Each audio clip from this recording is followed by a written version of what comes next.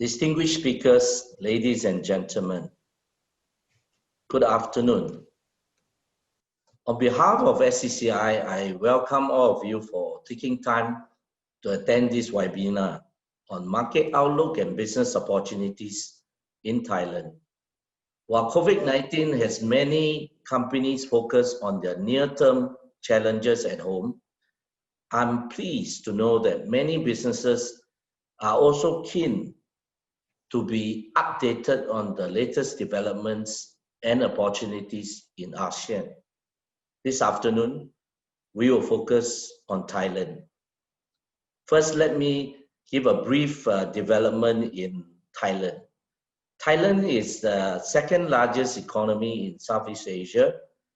Before the COVID-19 pandemic, Thailand has been growing at about 3 to 4%.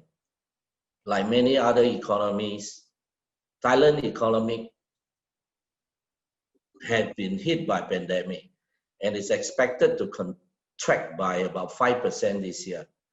A large part due to Thailand being a very vibrant tourism hub and its openness to global trade. Thailand has since rolled out a sizable economic stimulus and support package of about 2 trillion baht, amounting to almost 13% of its GDP, to help businesses and households and also to save jobs.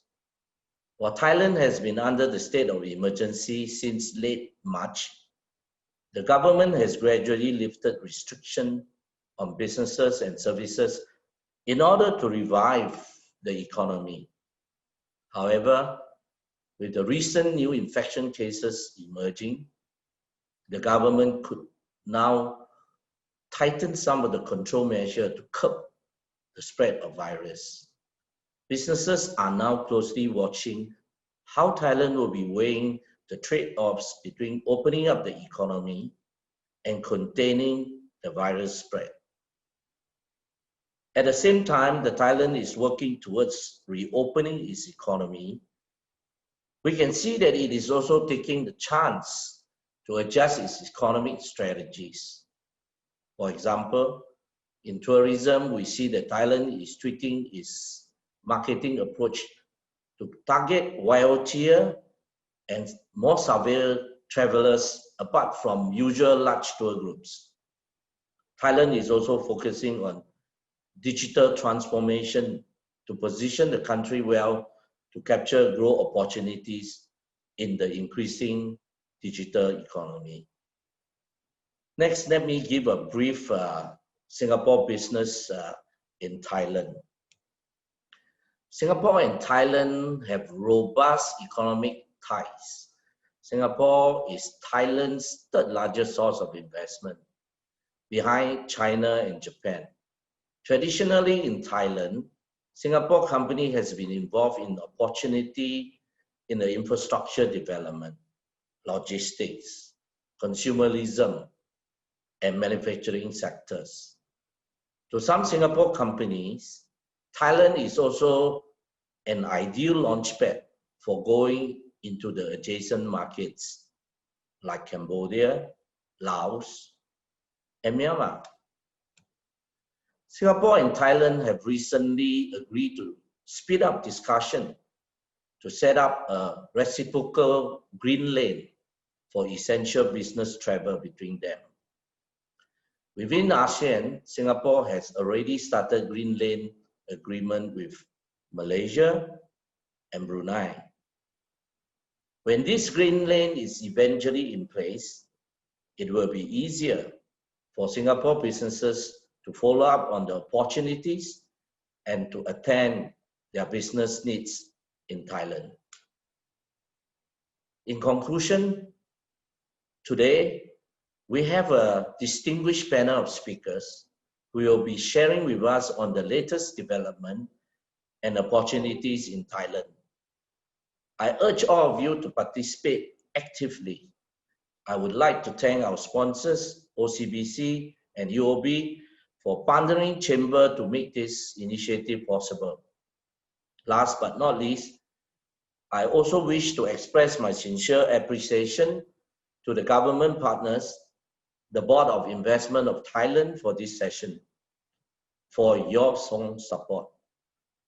I wish everyone a fruitful and productive session ahead. Thank you. Thank you, Chairman Ang, for opening the last day of the ASEAN series. And now, let me introduce our first speaker of the day. Mr. Barnabas Gan is an economist, Vice President of Global Economics and Market Research at UOB. He is responsible for providing macroeconomic research focusing on Singapore and India. Before joining UOB, he was an economist in a financial institution covering Thailand, Korea, and commodities. He will be talking about the economy and outlook of Thailand post-COVID, as well as the new norms that will affect the country and industries in general. Barnabas, please. Hi, good afternoon, everybody. I'm very humbled to be here, and thank you, SCCI, as well as this distinguished guests here. Let me just share my screen first, and I'll be able to start off and kick off the presentation proper.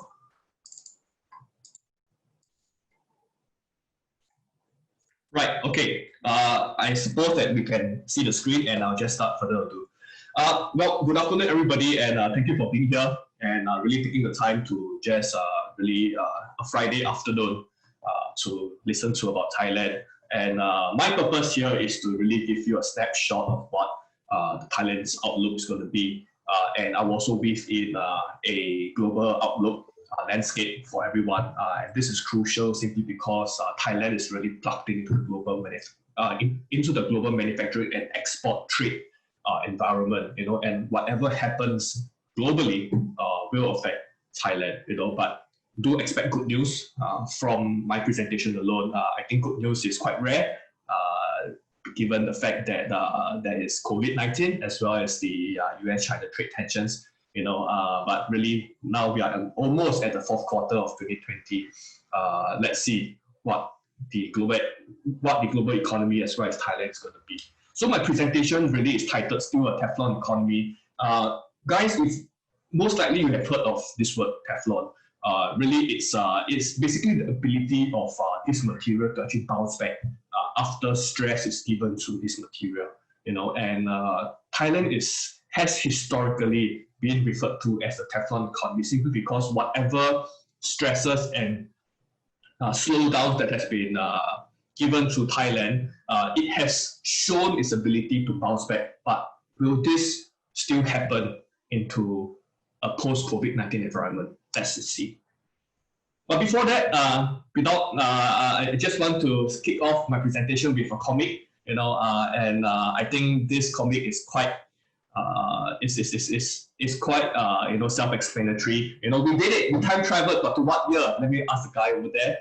And this guy is screaming, you know, and the time travelers, I'm not so sure who, but in the future, maybe there is, you know, they realize that it's the year 2020, you know. So let me just ask a few questions, you know, a picture speaks 1,000 words, but let me just ask a few questions on this comic itself, you know. Why is this man so distressed? You know, is he overwhelmed, you know, by the uncertainty of the future?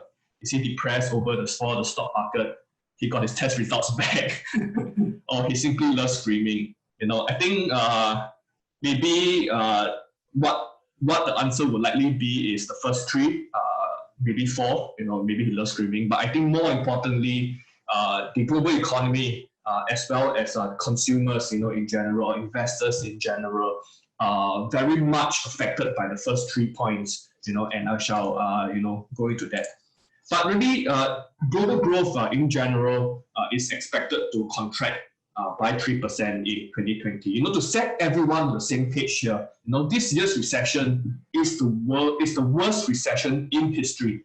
You know, and it's the worst recession since the 1930s, whereby the IMF has actually projected -3% you know, GDP contraction in 2020. You know, perhaps there is little good news that can be seen from this chart alone.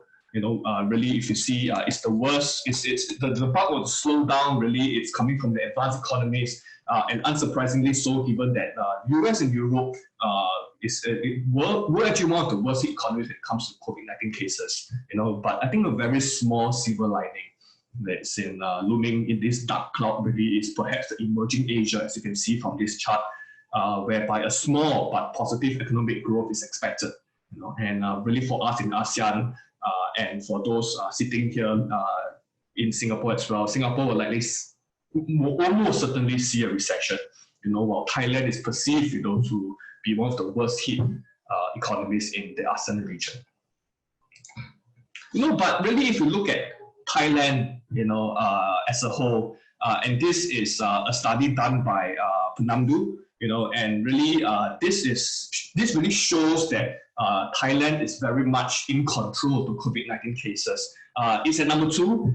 If you look at data maybe in early May, June, they were actually first, and they recently dropped to number 2, but it's still a good score, simply because of the fact that this recovery index, if I could just lead you through it, it's calculated using variables such as active cases in the population, recoveries per confirmed cases, and tests conducted per case. Basically, in a nutshell, it actually suggests, that not only COVID-19 recoveries in Thailand is underway, but really it also shows that there are active testing in the Thailand population. It's a crucial variable, a crucial information for analysts like myself to know that with this testing, it does give more so a surety that it could actually prevent any escalation in the COVID-19 pandemic itself. But really, if you look at this chart, this is a snapshot of the COVID-19 pandemic cases, globally, and US remains to be the economy with the most COVID-19 cases, followed by India. For those who are interested in India, do note that they were only ranked 7th back in June 2020. And this basically suggests that there was a sharp acceleration in infection from June to right now, whereby India now becomes the second largest economy with the most COVID-19 cases. Why is this important to Thailand? Why am I talking about India? It's simply because, as I mentioned, whatever happens in Asia or globally does affect Thailand, simply because it's very highly plugged into the manufacturing and export landscape. And of course, we all know that Thailand is very much affected by the double whammy, which is tourism and trade. And this is very much really being affected or attributed to how well the other neighboring countries have been controlling the COVID-19 pandemic in their own respective land. So I think the global COVID-19 pandemic, what are we looking at right now? I think what we can all agree is the V-shaped recovery is largely out. It's most likely out of the picture. What we do see in the V-shaped recovery is a recession in the first half, and a rebound in the second half. But growth is still positive. It can't be, growth can't be positive anymore. If you just see the Bank of Thailand's and also the government's growth outlook is it's negative. And right now we are actually looking at a U-shaped recovery, which is our base case at 45%. By the fourth quarter of 2020, there will likely be some containment, hopefully, from the global landscape. And there would likely be a sharp technical recession in the first half. This is what we have seen. But the recovery in the second half is not strong enough, and the global economy is likely to record a full year contraction in 2020. So this is what we are looking at. We do hope that a bumpy L shape will not be seen. That's a worst case scenario whereby there will be a prolonged second wave, third wave of COVID-19 cases globally, and a deep recession for the full year and into 2021. This is not our base case, this is a worst case, but hopefully the U-shaped recovery is likely going to be seen from now to the rest of the year and into the next year. So really, I think GDP growth should get better going forward. This chart is very, very telling. I mean, if you just look at the numbers here, as a result of the global slowdown, we have actually seen most of the Asian economies in contraction in the second quarter, except for Thailand and Vietnam, as you can see from the numbers. I think for those with a keen eye, and you look at these numbers very closely, I think this deck will also be be distributed to those who are interested to know more. If you observe this table very carefully, actually you can tell basically three things. I think first and foremost, the GDP contraction across key economies has been at its worst for most economies in the second quarter, right? But the second point that I'm trying to make, which is actually a pretty important point, is that the recovery or tapering of the contraction pace, it's seen in the second half of this year. And most importantly, a sharp recovery is expected in the second quarter of next year, which basically highlights the scenario for the U of V-shaped recovery into the next year itself.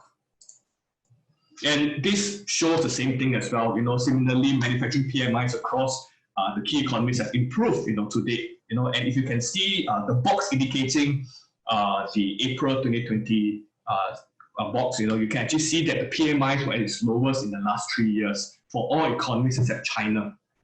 And the latest data basically indicated that the PMIs are not only above 50, but way higher than what we have seen in April itself. And this basically shows that the manufacturing momentum across the global landscape has improved tremendously so far. This is good news. But I think one key consequence really from the global landscape really is a softening consumer prices, that is still felt in selected economies here. One of the direct consequences of a slowing economy is a fall in inflation pressures, which really, if you just look at Thailand itself, what's important to note is that deflation pressures are seen across Asia, and this includes Thailand.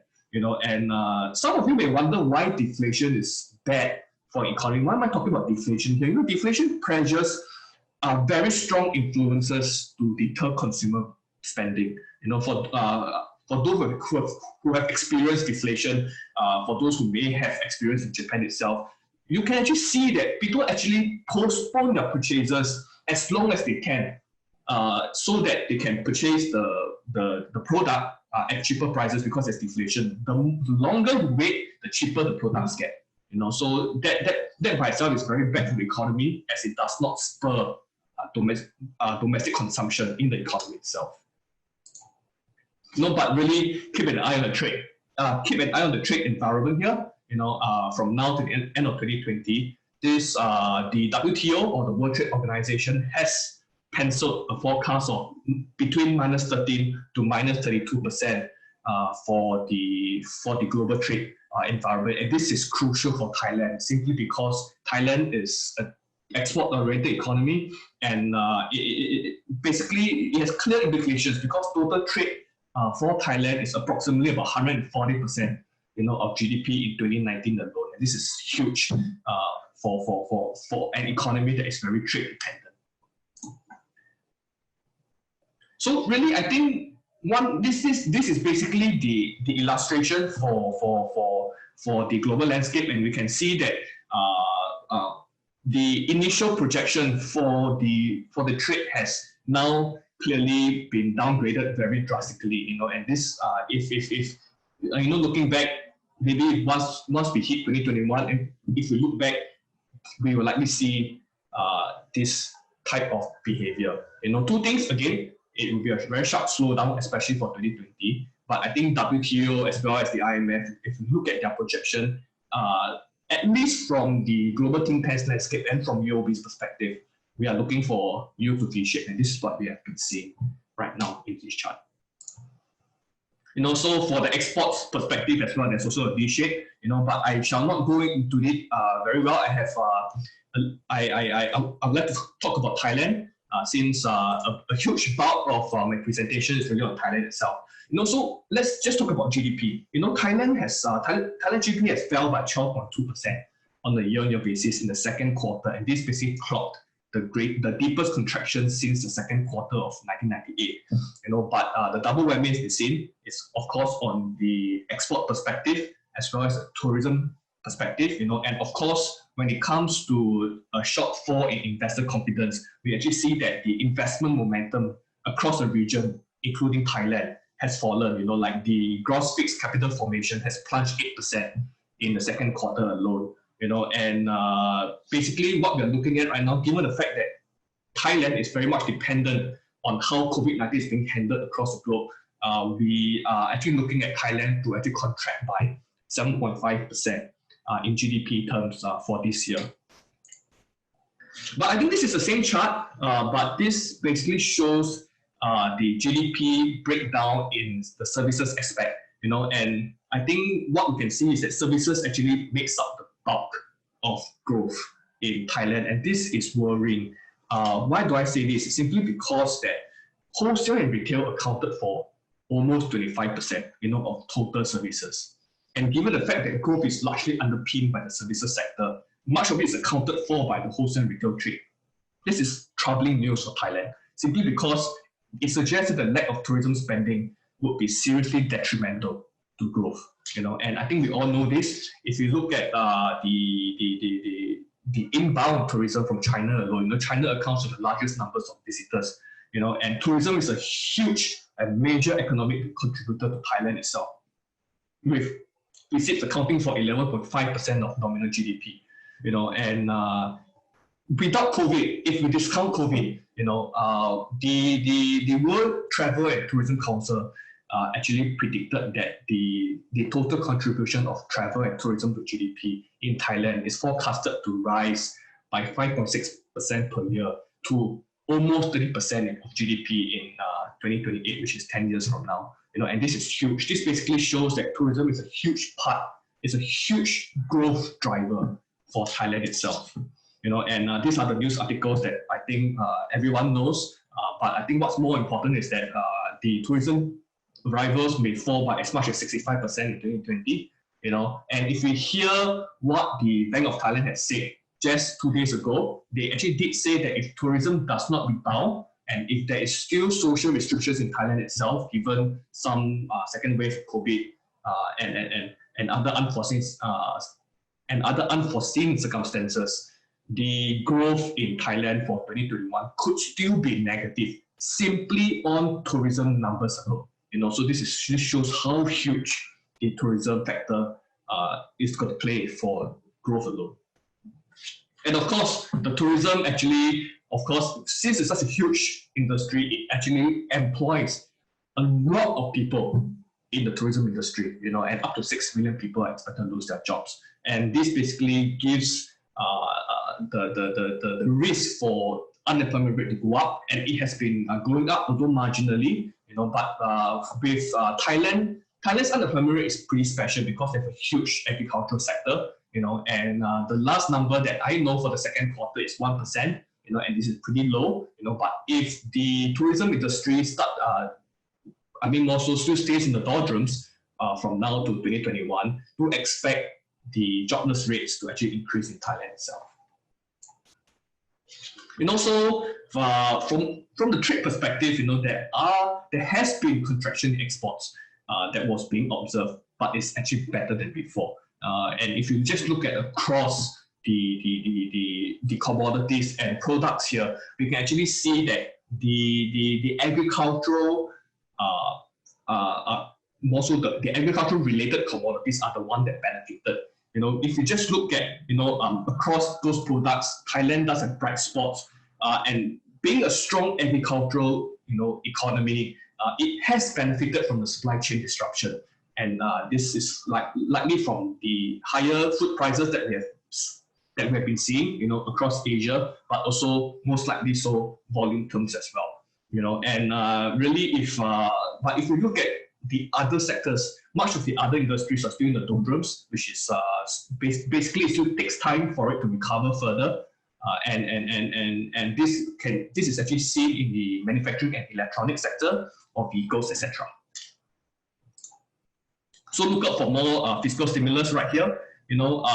Basically, if you heard from Mr. Ang just now, the fiscal measures in Thailand appears to be very comprehensive, which is estimated about 13 to 15% of GDP, depending on the base of the GDP that you're assuming.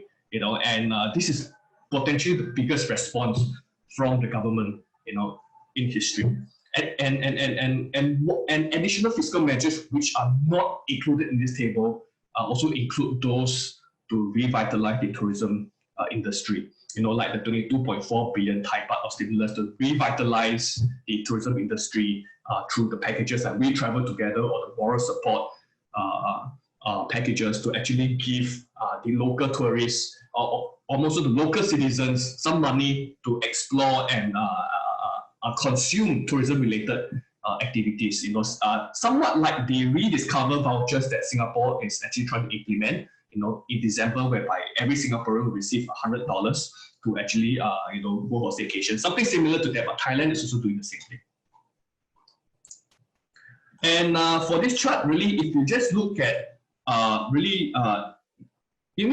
more so in a nutshell, I think given the slowdown in trade and tourism, this is one of more comprehensive economic metrics model that I have created to actually show how good Thailand's economy is, but also at the same time how bad the contraction is. And if you just look at the very last bar, at minus 13.2, it shows that the Thailand economy is running below its potential. If I just guide you along, for the blue bar, anything that's above zero, it's actually it basically indicates that Thailand is running above potential, and vice versa. If it's running below the zero bar, it means that Thailand is slowing down. The economy is slowing down way below its potential.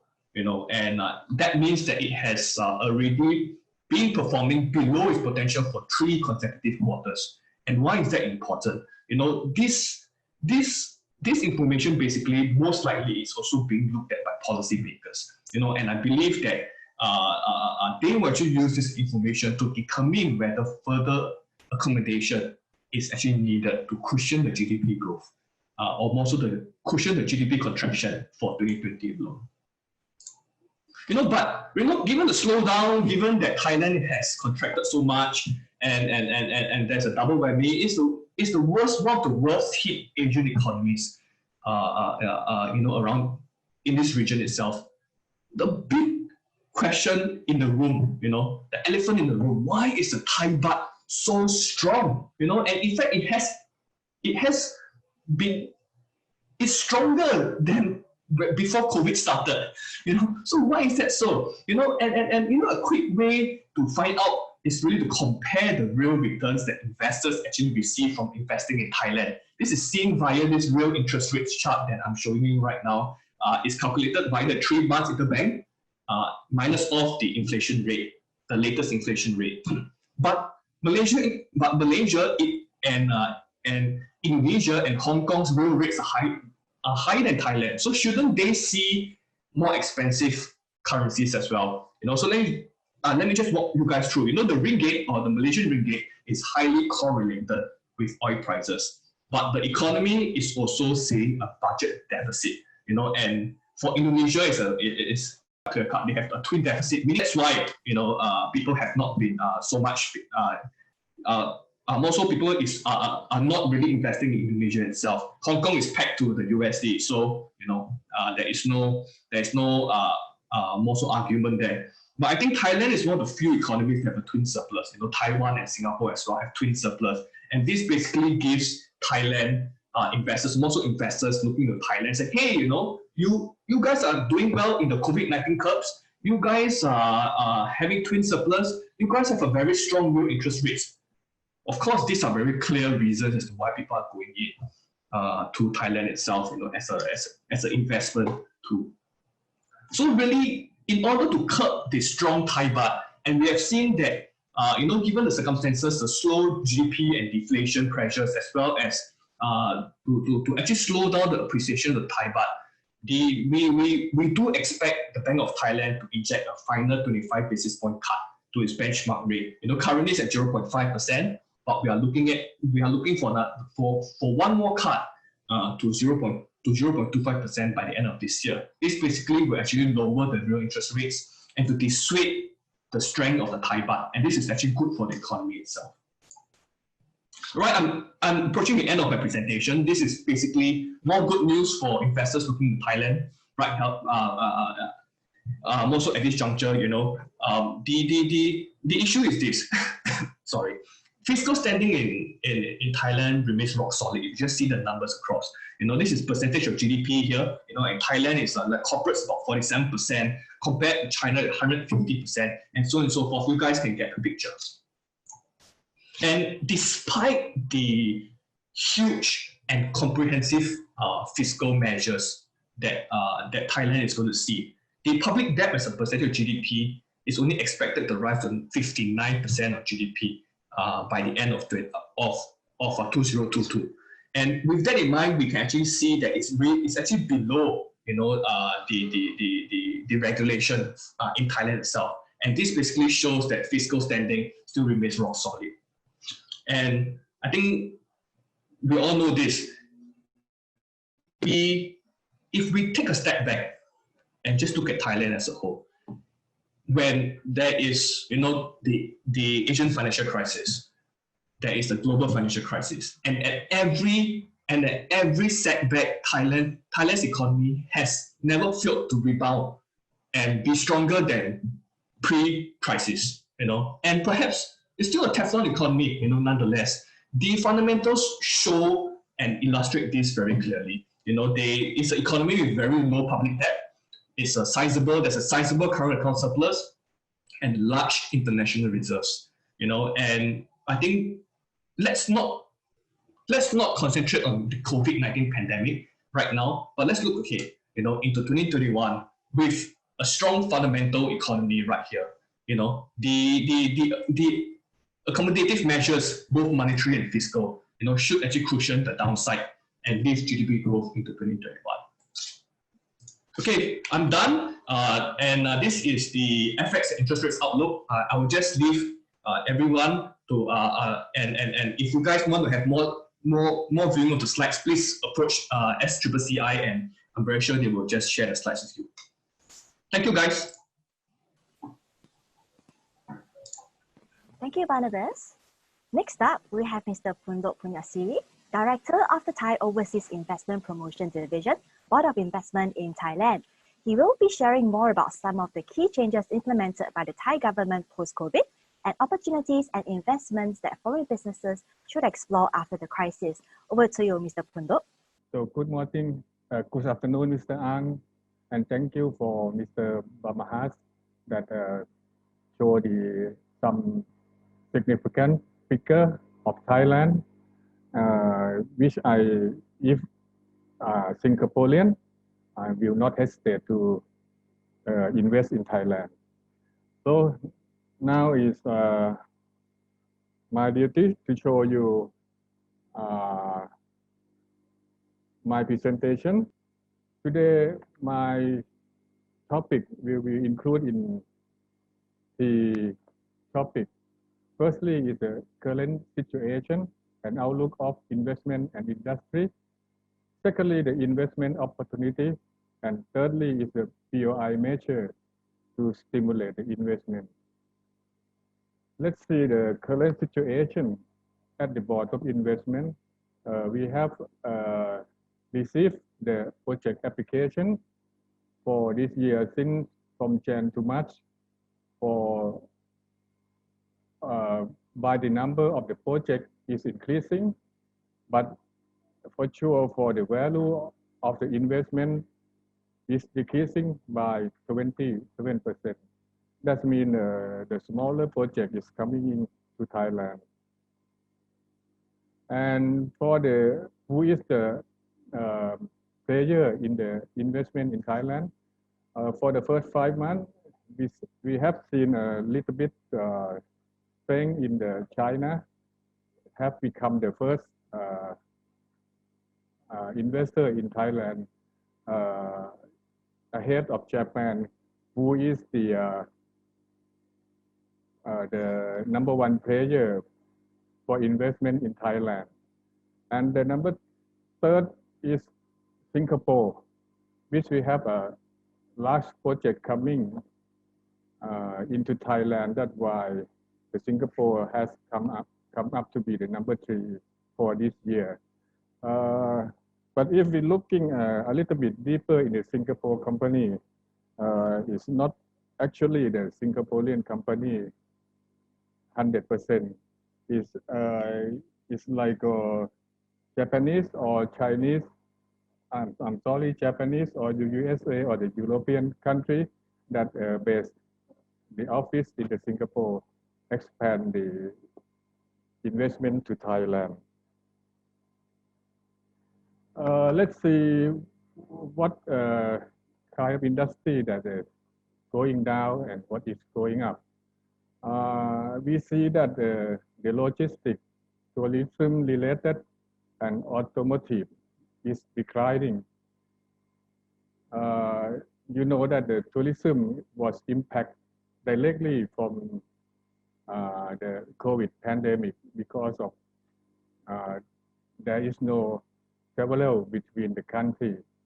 And then for the automotive, there is a little bit decline of the production because of the lack of the purchasing power that impact from the COVID pandemic.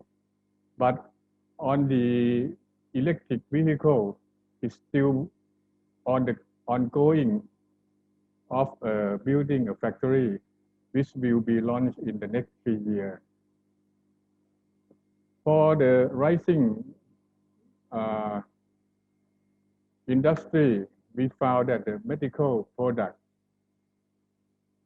such as the surgical mask, hand sanitizer, alcohol gel, examination gloves, have a lot of application coming to our office. Right now, we have already approved 16 projects, which is a large number for supplying the surgical mask. Right now, we have about 40 million to be the buffer for Thai people. And also the digital product and service is increasing skyrocket too. Let's see what is the trend after the COVID-19. We see that the investment trend is to develop a new technology that allow work to be performed anywhere and anytime. And digital technology like a fintech, edtech, health tech, and medical tech. We see the investment to strengthen the healthcare service and infrastructure, such as medical device, raw material parts, supply chain management. And we see the investment that to diversify the investment to the local community, which is our government policy in order to spread out the investment to our rural area because of some of employment that caused by the COVID crisis. And the investment that to achieve more balanced, sustainable development, like a biocircular and green economy. And the investment that to enhance productivity, such as digital technology, management, automation, and robotics, which we are looking at this time of crisis. It's time to improve the productivity by using the time that you have a slowdown on the production to adjust the line of the production by using the robot automation and robotics, which we will give a very strong incentive for those who adjust their production line. And the last one is the rearrange supply chain. That's the will relocate of the investment, which is mostly from the China mainland.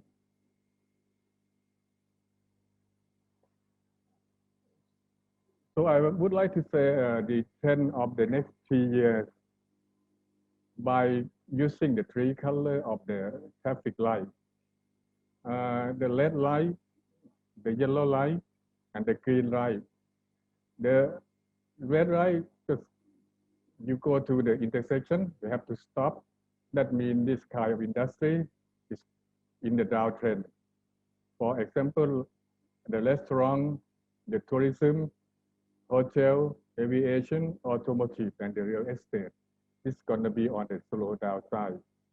For the yellow, right, you prepare or you can still keep going on the business like logistics, electronic manufacturing, infrastructure, energy, and petrochemical. And for the green, right, that means you're ready to jump out. This industry, such as the medical and healthcare, digital technology, and consumer goods.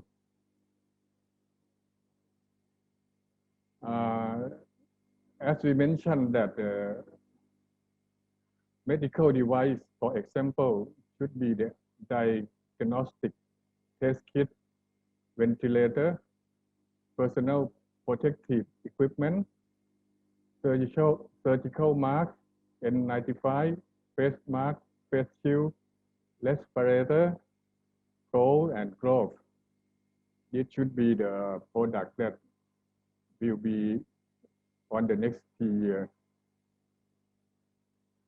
And the demand of the digital service that going skyrocket.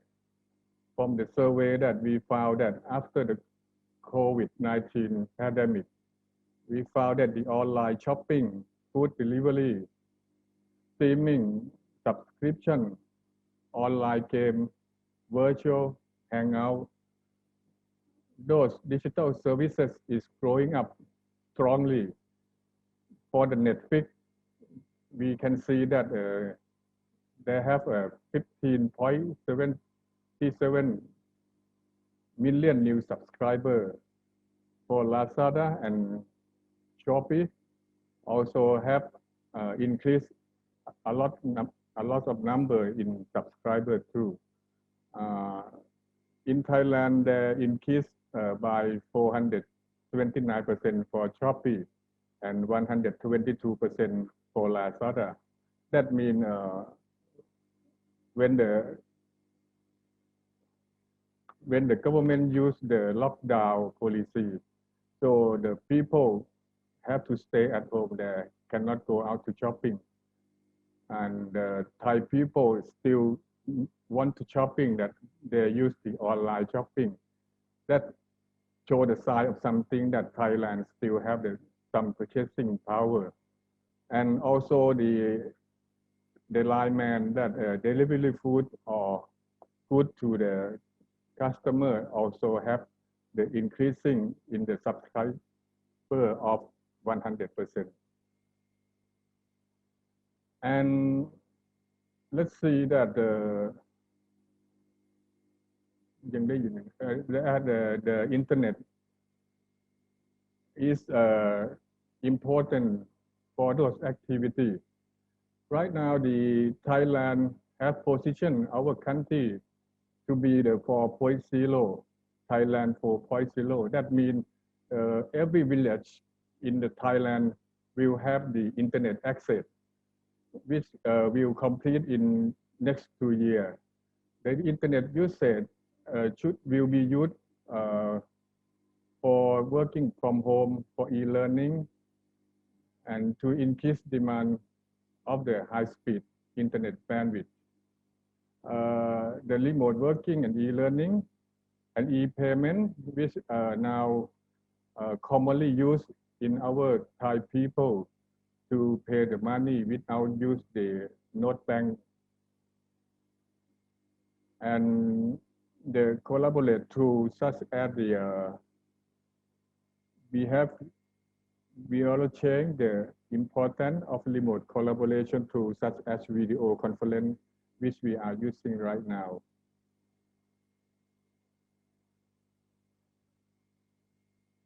Okay, let me pass this.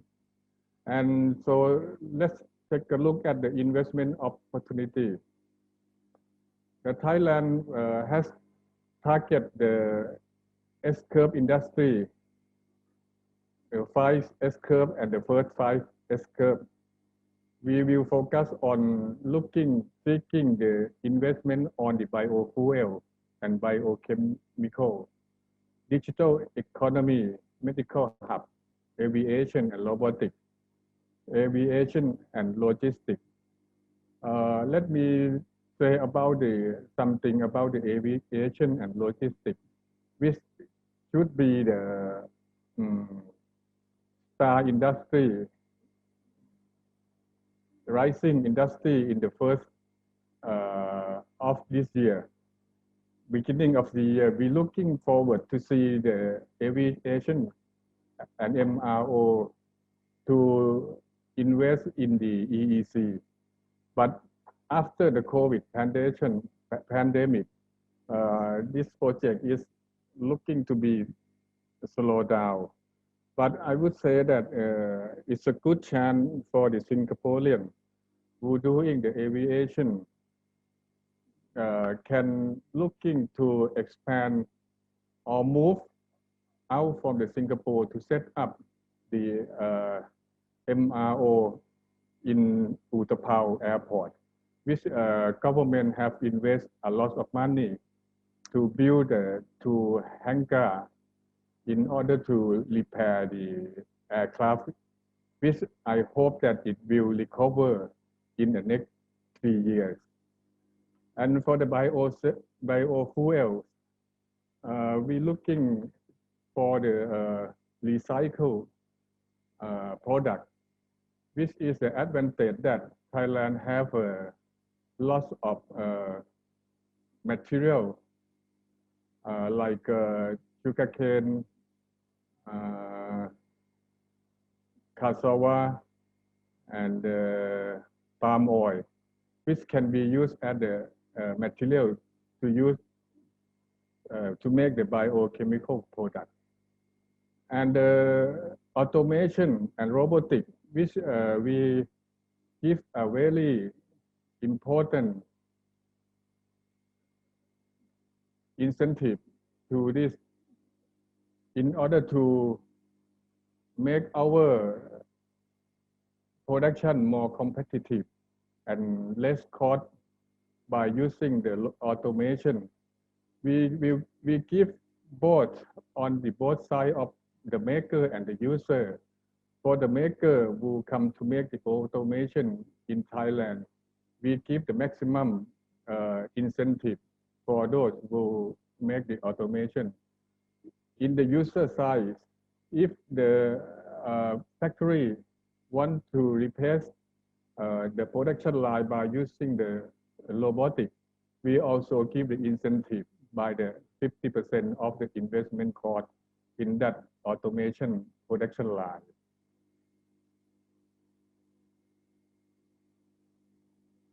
Okay, for the five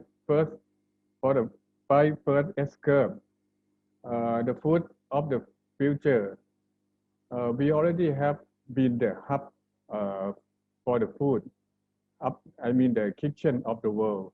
We have a lot of players in this area, and we hope to move on to the food for health, the ingredient food, medical food, for example. And the next generation automotive, we are looking to have the player of the electric car, plug-in electric vehicle, battery operated vehicle, which already have 5 players from Japan and 2 players from European have been promoted.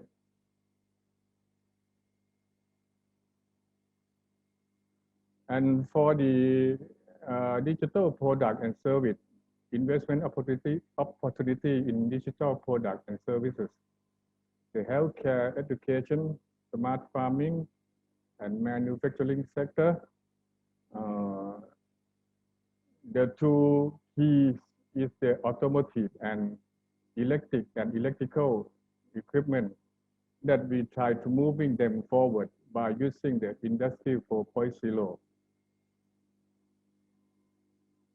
Okay, let me move on to the last segment, that the BOI measure to stimulate the investment.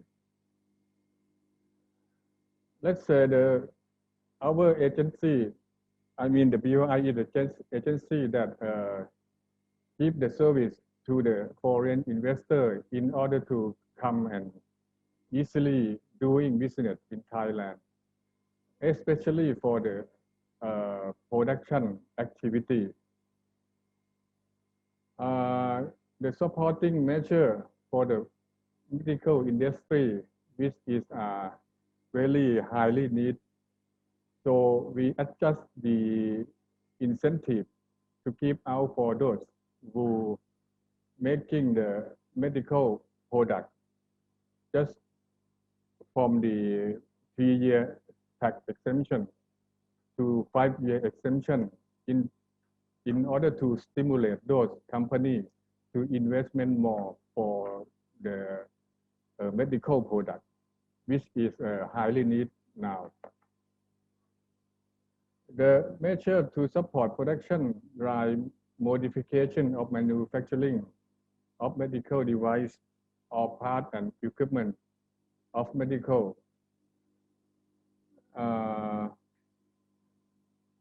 That we will revise the eligible project category, include the business that have been approved or have yet been approved to begin operate. That means if you have already got the promotion license before the measure is issued, so you can come up and adjust the privilege. And the last thing, that the measure to accelerate the investment in the medical industry to cope with COVID-19 situation.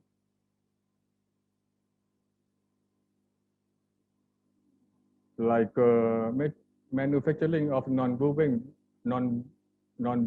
fabric as raw material. So basic corporate income tax exempt and basic incentive persuade to activate.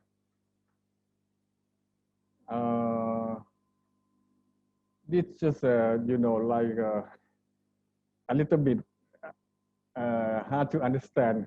So, but if you are looking to invest in the medical industry, please kindly contact me directly, and I would like to answer all questions that you need to know. So I would pass on this. And the BOI tax incentive scheme for several projects, for the general project, which mainly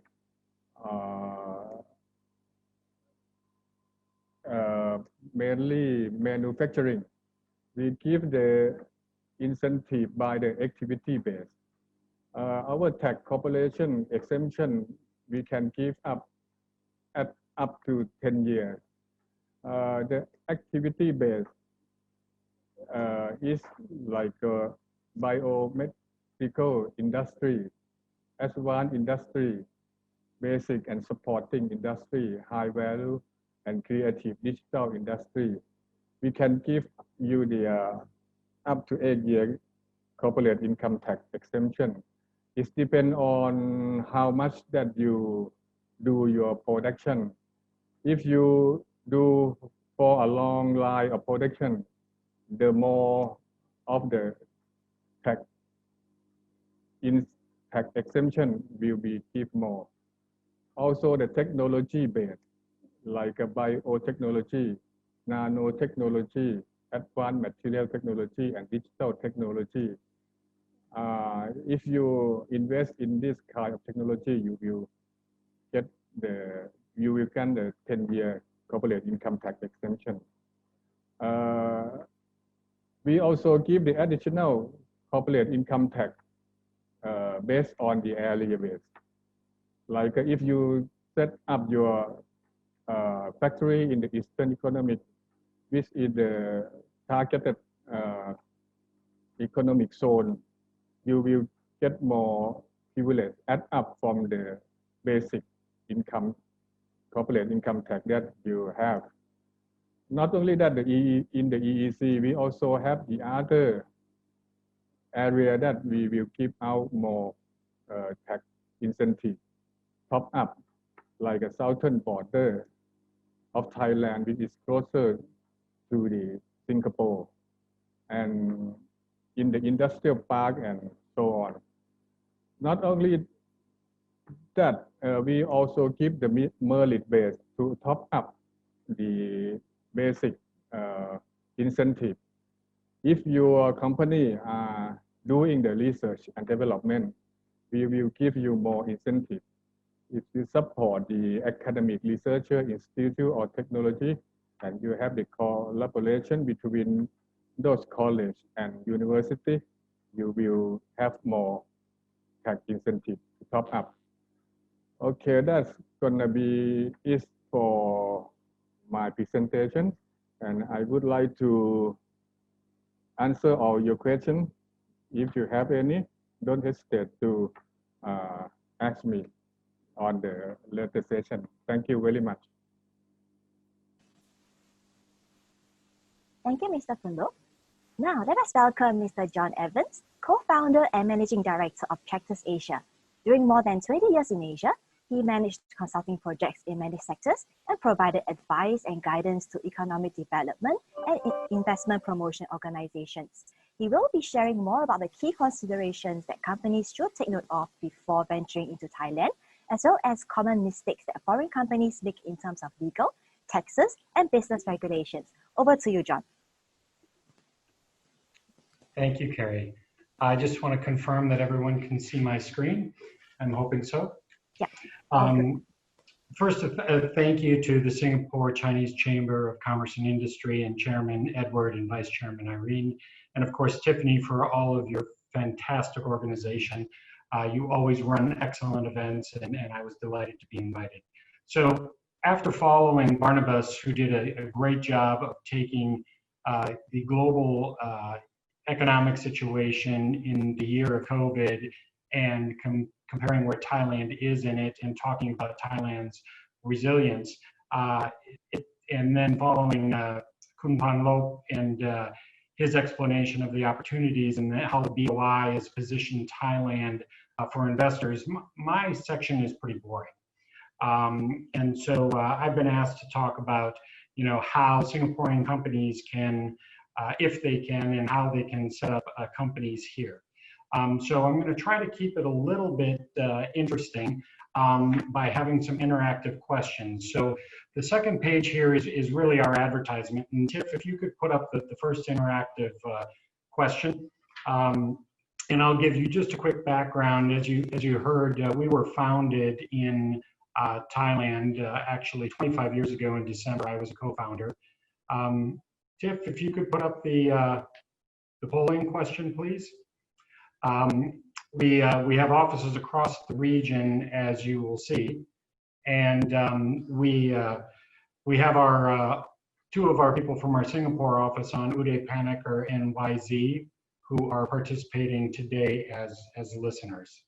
We've done extensive work helping companies to set up in the region and worked very closely with the BOI for many years. I am not seeing the polling questions. Okay, sure. Okay, you see it. Yes, I it's see up it, already. sorry. Yes. I got it, Tiff. So Yes. the window was closed. So what we're asking is just considering where people are considering investing in the region.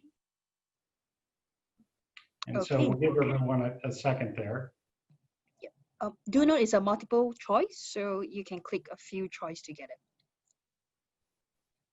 Yeah, and we'll give everyone a second there.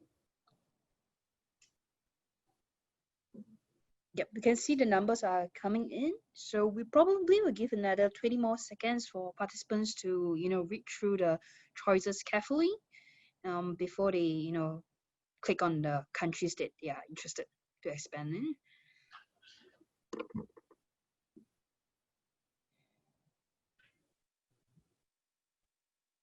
Okay, John, I think we are more or less kind of there, reaching. So I'll be ending off the polling session now. Great. Okay, and sharing the results here. Perfect. So, not surprisingly, we're talking about Thailand today, that the group of listeners and participants is interested in Thailand. It's also not surprising, as Vietnam has really been one of the darlings of investment attraction in ASEAN, to see that it is close behind. I think that it's a little bit more surprising to see the Singaporean interest, continued interest in investing in China, as we continue to have sort of global political tensions there. But that's not, while it may be surprising to some, it's not surprising to us, because we're seeing a large global interest in China. And I'm going to talk a little bit about Asia in general right now, and where opportunities are. And then Indonesia, I think, is another one of those that is Singaporean companies. It's a neighbor, and thinking about markets. So this interesting polling results, and thank you everyone for sharing. We'll have a few other questions. Okay, and John, I've stopped sharing the poll. You can please proceed on with the presentation. I will do so. Thanks, Tiff. So just a quick agenda. I'm going to give a brief introduction to the Thai legal system and how it pertains to establishing business entities, a little bit about how you would establish a company here, what the Foreign Business Operations Acts, or what's referred to as the FBA, precludes you from doing, and how you can work within that.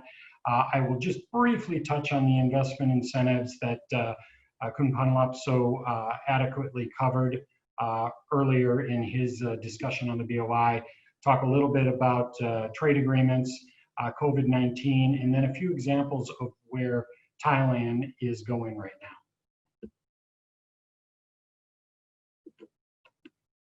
So I think one of the first things to understand really is Thailand. And if you look at the flag, the meaning of the flag, there's three colors. There's red, white, and blue. And Thailand really has three specific pillars. Red represents the people of Thailand, represents the nation of Thailand. White is for Theravada Buddhism, and is appropriately the religion in the middle path and centered in the middle of our photo. And then on the right is this extremely strong institution of the monarchy. And those are really the three pillars of Thailand. It's good to have a little history. Thailand itself didn't begin to modernize its law until a long, long time ago. So it was actually quite progressive. In the late 1800s, the 19th century, King Rama V the Great traveled to Europe and adopted a number of things from European law and brought those to Thailand. He not only adopted a number of things of law, but he also brought in a number of practices. And I always think it's an interesting story of how Thais did not use anything but their hands to eat before that, and they never adopted chopsticks despite the strong Chinese influence here. But it was King Rama V that went to Europe and adopted the spoon and fork as the methods for eating.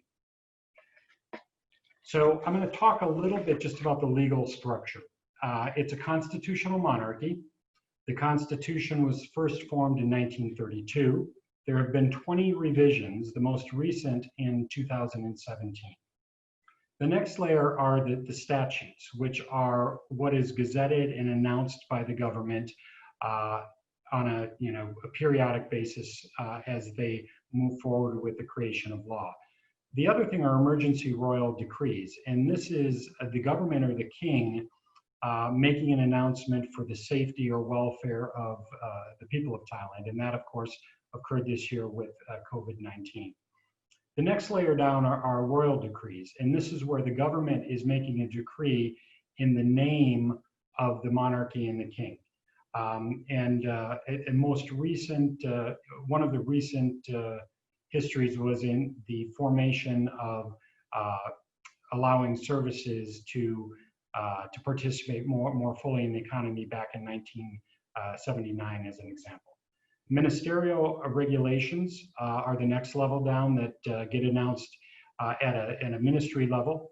And an example of that would be some of the recent relaxation on the service industry, both in 2013 and 2016, to make Thailand more friendly to service investment.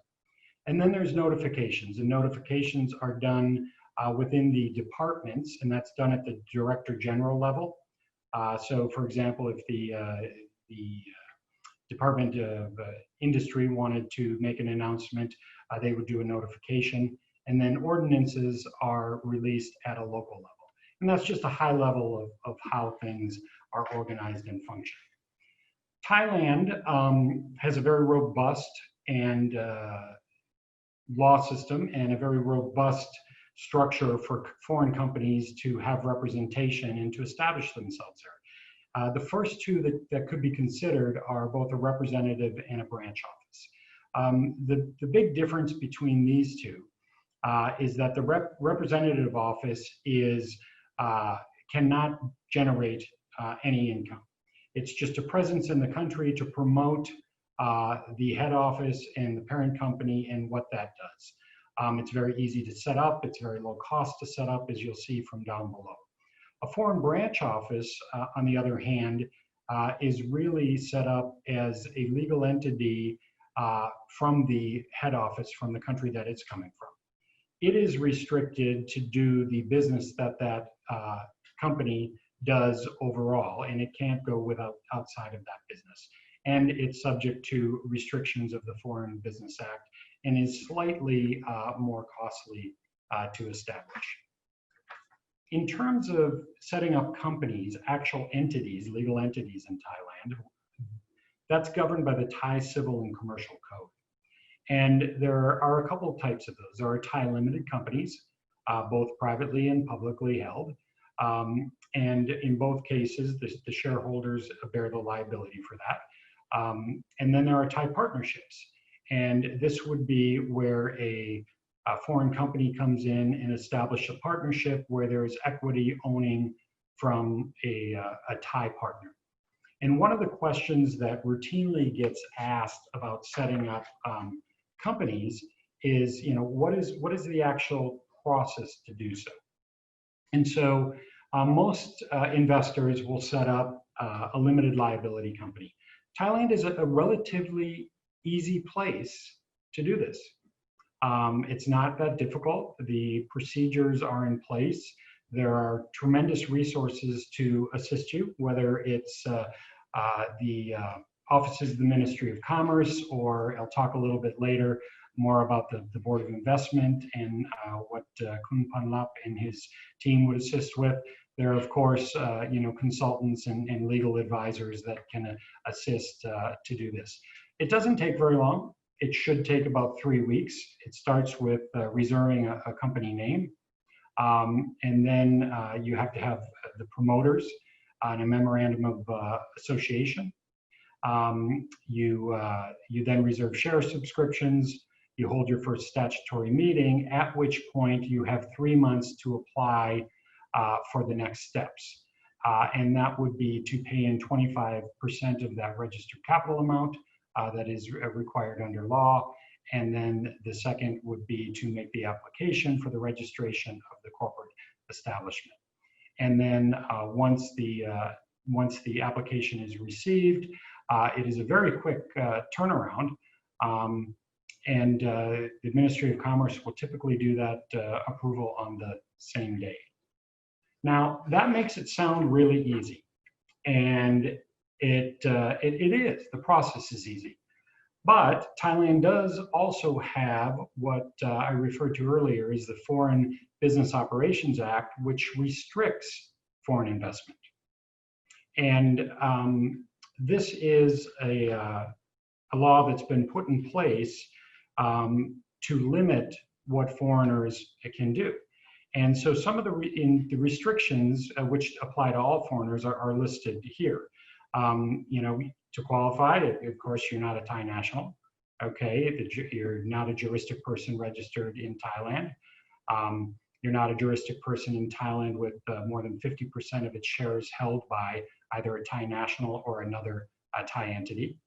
You're not a limited partnership or registered ordinary partnership here. Or you're not a juristic person registered in Thailand with 50 or more % of its shares held by the above two categories. So in principle, there's a list of things that foreign companies can't do. And this is one of the things I think that becomes confusing for foreign investors when they look at Thailand. And so what I'm going to do is I'm going to go through the list of what can and cannot be done. So list 1 of the Foreign Business Act indicates the 9 business areas in which foreigners may not engage. And these are, newspapers, media, agriculture, orchards, animal husbandry, forestry and wood fabrication, fishing, extraction of Thai herbs, antiques, manufacturing of religious images, Buddhist images, and real estate trading. And so these are things that you're not allowed to do. Now you can do those if you have a joint venture partner and they own 51% or more of the equity. So it's not that you can't come in and do that business, you just can't do it as a majority foreign-owned company. The next list is a restriction on 13 businesses which foreigners in principle may not participate in. And this is really revolves around resource protection. So it's Thailand trying to protect a lot of its resources or industry sectors of strategic initiative. The first one is manufacture of firearms, domestic land or air transportation, airlines, sale of Thai antiques and handicrafts, the silkworm farming, musical instruments. You can see a lot of these are tied to Thai heritage. And then sugarcane production, salt farming, mining. Those are to name a few. And those are really, again, resource protection. The next list, which is even a little bit longer, are 21 business areas that foreigners may not necessarily be able to engage in due to national competitiveness or the protection of Thai businesses that do this. Rice milling and flour production, fisheries, forestry, certain types of manufacturing from woods. You can see some minerals production, lots of services, accounting, legal, engineering, agricultural, construction, advertising. It's also important wholesaling and retailing in terms of sales, hotel businesses, tourism, sales of food and beverage. And by now you're probably asking the question, well, wait a minute, there's a lot of foreign companies doing these businesses. What we'd like to do is I'd like to put the poll up, the second poll, if you would, Tiff. There's 2 questions here on this one. And the first question is, do you have sales or are you doing business in Thailand? And the second is, are you thinking about setting up or investing in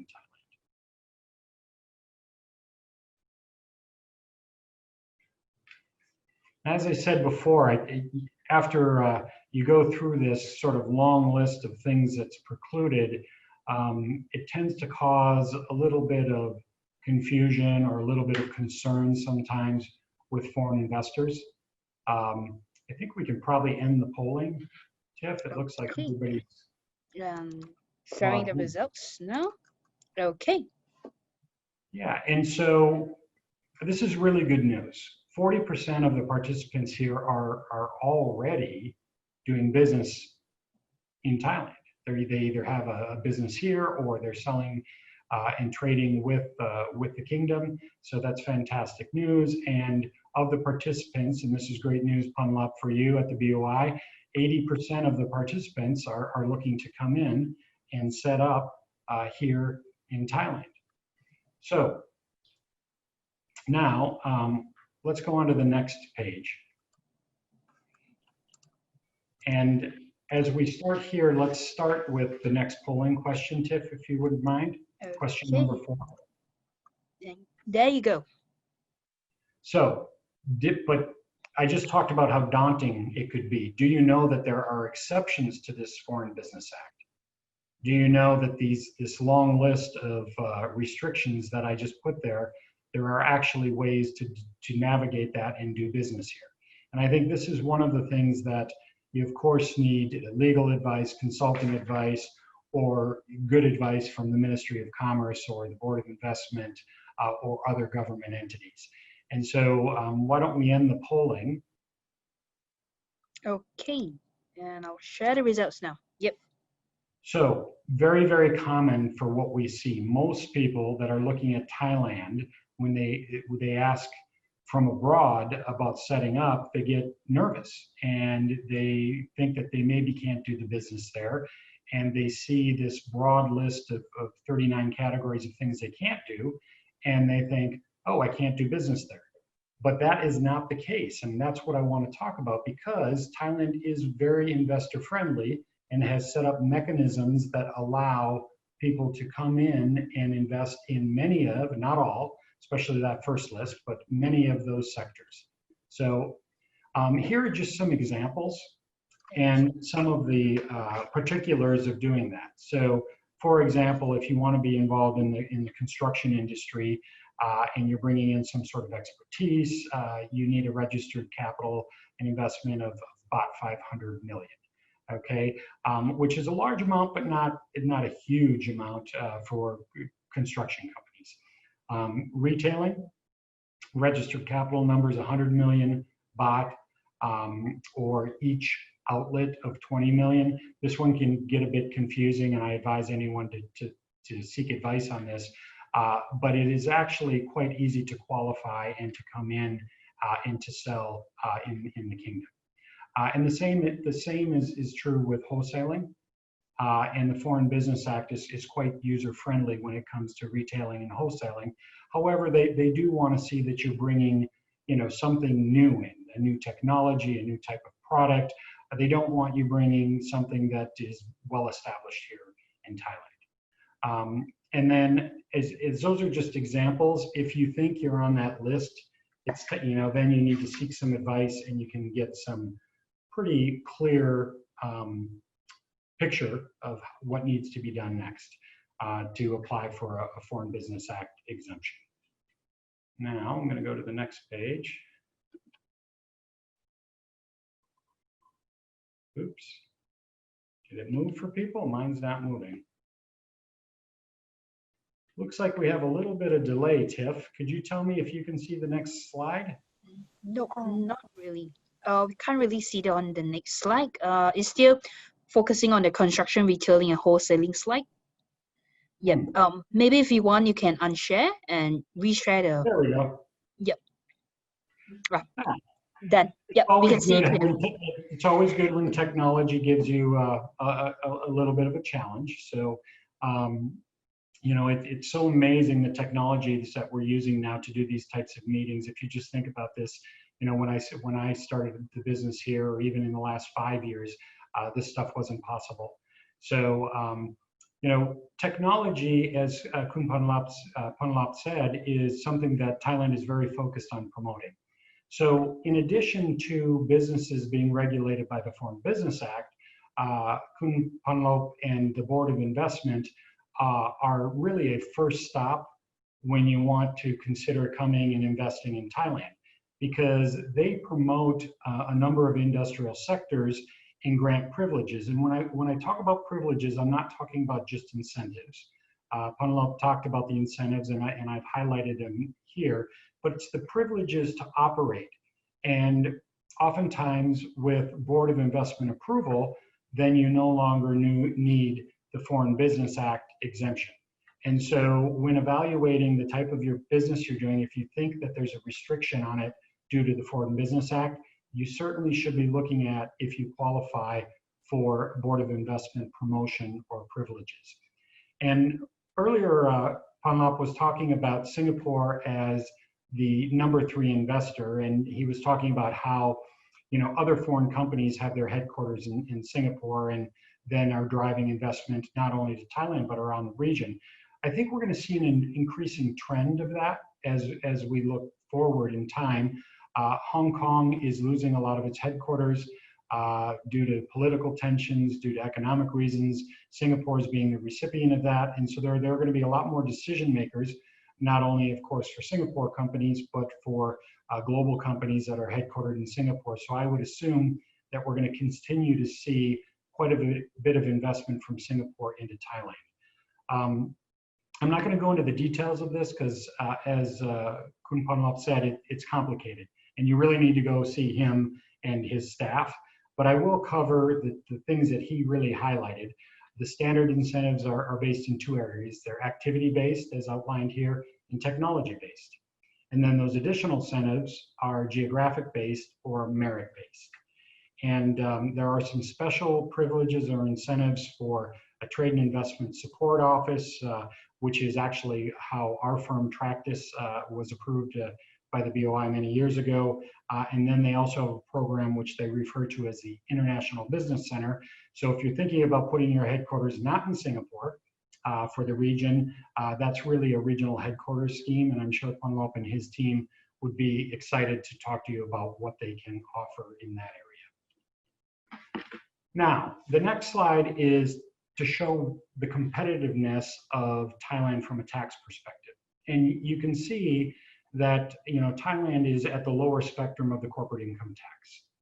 And, you know, only really exceeded by Singapore as a major business hub, and then Brunei, of course, and Brunei is a very special situation in ASEAN due to the industries that it really only focuses on. So Thailand is as competitive from a corporate tax perspective as any of the countries in the region. What I think is even more interesting is if you take those incentives, and we're generalizing here, we're kind of going to the maximum amount. But if you were to be a technology-based technology-based investment, and you qualified for the merit base on top of that, you could have a tax exemption for up to 13 years. Okay, that is as better than most countries in the region, and you know, as good as almost all of them in terms of where you're looking at investing. And I think when you look at comparing countries in places like Vietnam and Thailand, Vietnam's incentives are much less. And so while Vietnam has been the darling of investment, sometimes you know, these investment incentives and tax breaks that Thailand will offer in specific sectors will outweigh some of the advantages that Vietnam may have from a cost perspective. So I think, you know, the message here as an investor is really do your homework and make sure that you understand as an investor what you may qualify for and how the Thai government, both the Ministry of Commerce and the Board of Investment, can help you navigate establishing your business here. Thailand also has been very progressive in ratifying and implementing multilateral trade agreements and bilateral trade agreements. And I'm not going to go into the history of those, but anyone in ASEAN knows that the one there on the far end is currently under negotiation. And that is the Regional Comprehensive Economic Partnership between ASEAN, Australia, New Zealand, India, Japan, Korea, and China. And that was being negotiated in 2019. It's had an interruption due to the COVID crisis, but when that resumes and becomes ratified, it will make the trading bloc and Thailand's position in it, as well as Singapore's, even stronger. So we started talking in the beginning, and Barnabas was covering COVID, and you know, talked about Thailand and how effective it has been in its response to COVID. I think, you know, from a Westerner's perspective, although I've spent 25 plus years here in Asia, I think a lot of times Western investors you know, don't realize some of the dynamic things that are happening. And while COVID started in Asia, Asia also has recovered fastest. And if you looked at those recovery numbers that Barnabas showed, you know, places like China, South Korea, Taiwan, Malaysia, Vietnam, they've all managed the crisis very well. And in fact, Singapore has managed it well, and I think Singapore's even been just a bit more conservative and is now going to come out of it very strongly.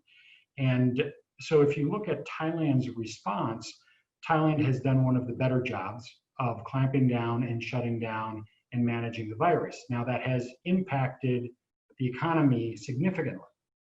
And we heard Barnabas talk about that and how things have slowed down. And of course, there's always this difficult balance of where do you balance the battle of the virus versus the resilience and the support of the economy. And so, you know, at a very high level, here are some of the things that the Thai government did during the COVID crisis to support businesses. Some of these are continuing, some of them have ended, but I just wanted to use it as an example again of the government here proactively looking at how do you support businesses, and that's not only Thai businesses, but it's foreign invested businesses in Thailand. I want to give a few examples of some of the sectors that Khun Phanalap identified and talk a little bit about the success. And so the medical equipment and device sector is truly one of those industrial sectors that was being promoted before COVID, is continuing to be promoted now, and is seeing investment both before and during the crisis. A lot of the traditional apparel companies, not only in Thailand, but around the region, transitioned into making personal protection equipment. As we heard, there are specific privileges and promotions for that. We were involved as an advisor to several of those companies that really helped promote large exports from Thailand in that area, and that business is continuing. That transition from apparel into face masks and other PPE, you would think might be to the detriment or to the moving of some of the apparel business, traditional apparel business, to a place like Vietnam. Now, interestingly, because of the other things that Phanalap talked about, the automation and productivity work that's going on here, we know that some of our apparel clients are as competitive and efficient with their productivity here as some of the lower cost countries. So it's still an area where there are investment opportunities. The next slide, was the area of the economy that Barnabas really talked about taking the biggest hit. And, Thailand's economy is really well balanced. It's one of the few that has between services, agriculture, and industry that is really almost equal. And so the tourism part of the services, as we saw, was a very large number. And it has significantly hurt the Thai economy. However, if you looked at Barnabas's numbers, you also saw that Thailand was extremely resilient, and I believe he called them one of the Teflon economies. And so, what will be interesting is to see what does that resilience mean. And some of the things that we're seeing is that the hotel and tourism industry, while there are no foreign tourists in here that are pumping money into the economy, domestic tourism is really on the rise. And I'll give you just an anecdotal example. My family and I were headed to the Eastern Seaboard this weekend, and we tried to get a reservation in a hotel, and it was fully booked. So domestic tourism has really taken off. There have been some government promotions to spur domestic travel, and that is helping the industry get back. There are other examples. One of the Thai owners in foreign-run hotels here, the Movenpick BDMS, which is a health-related themed hotel here, was the first 5-star hotel to do the quarantine program and is now training other hotels, and they are one of the only profitable hotels in the last quarter and have just done tremendous work. So I think it shows how Thailand can be resilient even in a downturn in one of their main sectors. And I know they're very actively looking at, how will they slowly open and get those tourist dollars back in the country. And then the other area that Phanalap covered that I think was important was technology. And the adoption of technologies during this time. A lot of it has been associated with online buying, deliveries of food stuff during the pandemic. A very interesting example, one of the large companies here, Minor Group, that owns both hotels and restaurant chains, their hotels all closed, but their pizza business tripled.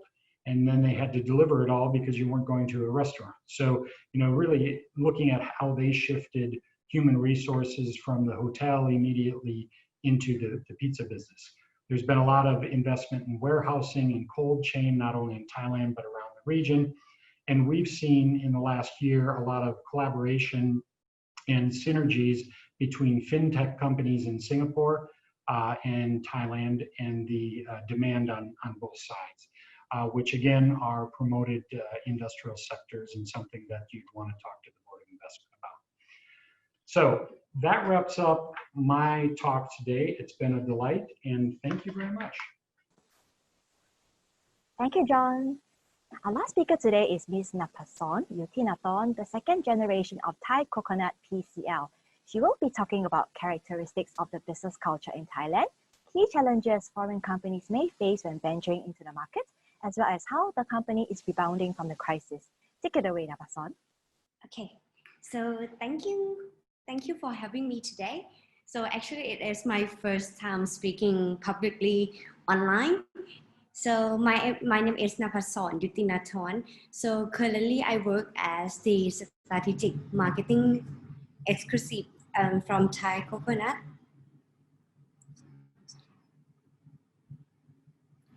So I'm the second generation for the Thai Coconut company. So my outline today, so gonna be 4 topics. So first will be the business opportunity and challenge in Thailand. So secondly will be COVID impact on Thai consumers. And thirdly will be change in post COVID-19 behavior of Thai consumers. And lastly, I will share about what we are adapting to the COVID-19 outbreak. So first of all, I would like to introduce our company shortly. So we are the coconut manufacturers based in Thailand. So we this year we will be 30 years now. And currently we have about 800 employees. We supply both retail and industrial products.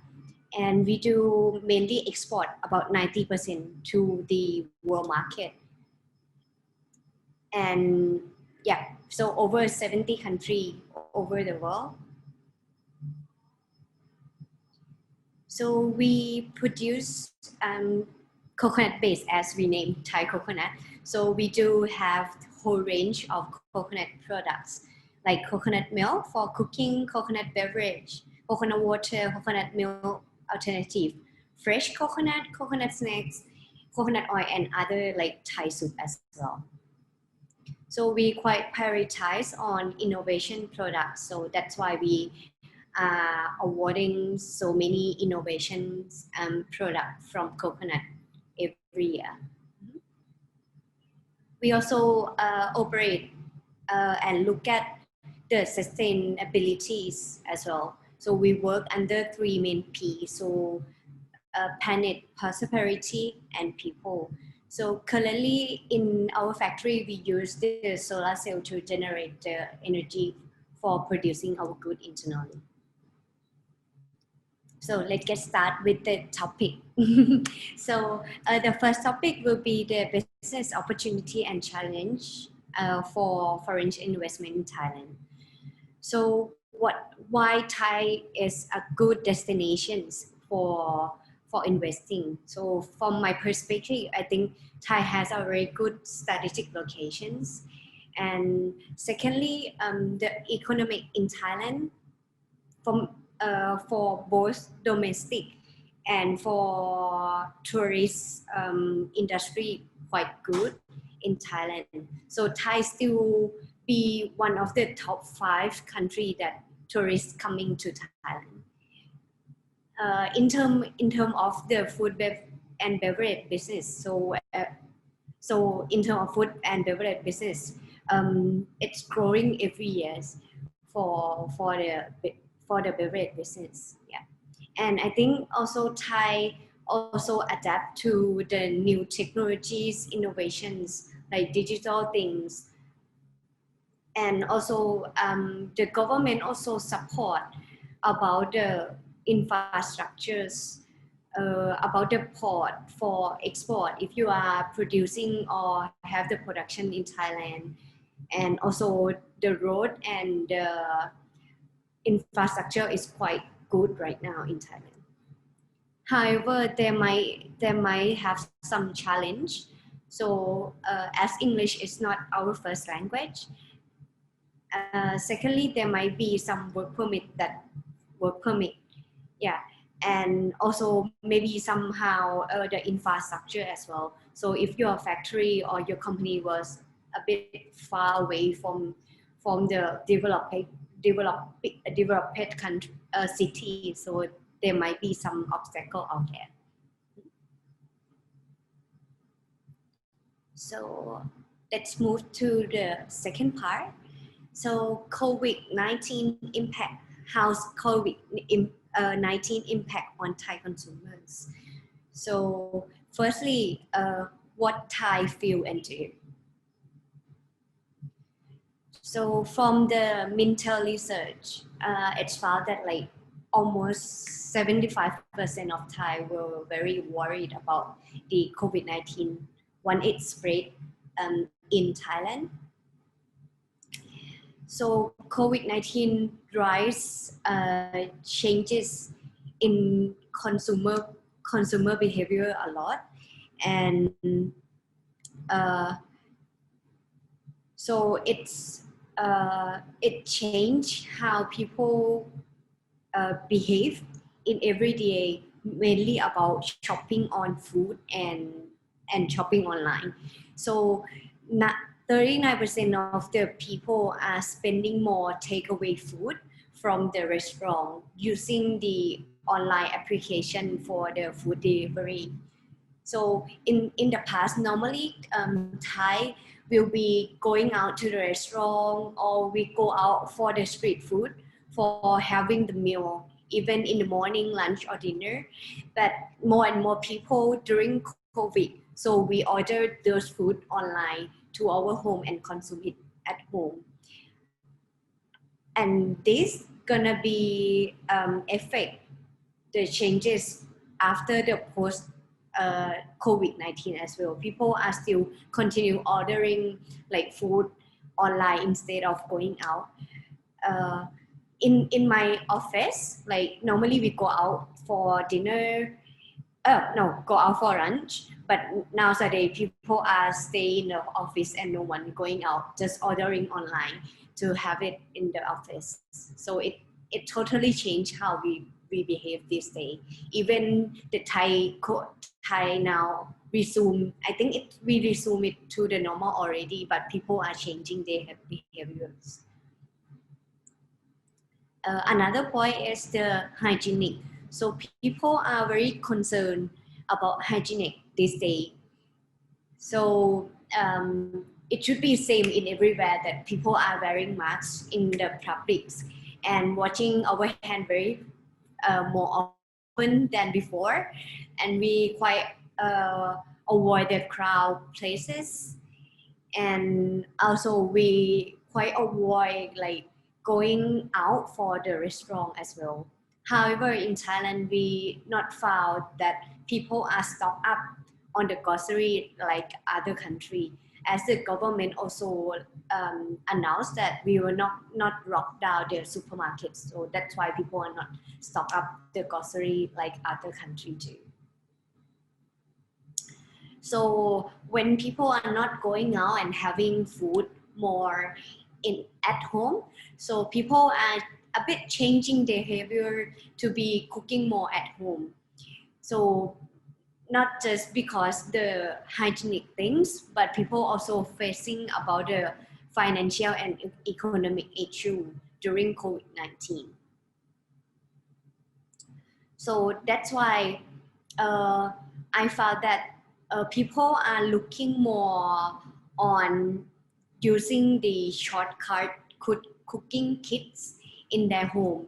So this gonna be a rise in those kind of the product that help the cookers at home to do the cooking, especially for the new generations and also the millennial. So because of Thai having food everywhere, every street, every corner, so normally we are not cooking. But once the COVID came to our life and it changed our behavior, so we stay at home and cooking more.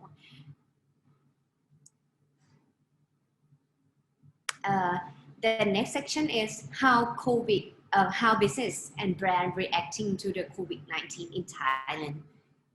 So Thai has been the first country in Asia who recover from COVID-19. So many businesses adapt and launching many promotions for stay-at-home period. So for example, AIS, the communication company, they are launching their promotions for people who has to work at home. So they're launching only like 399 baht per month for the unlimited internet.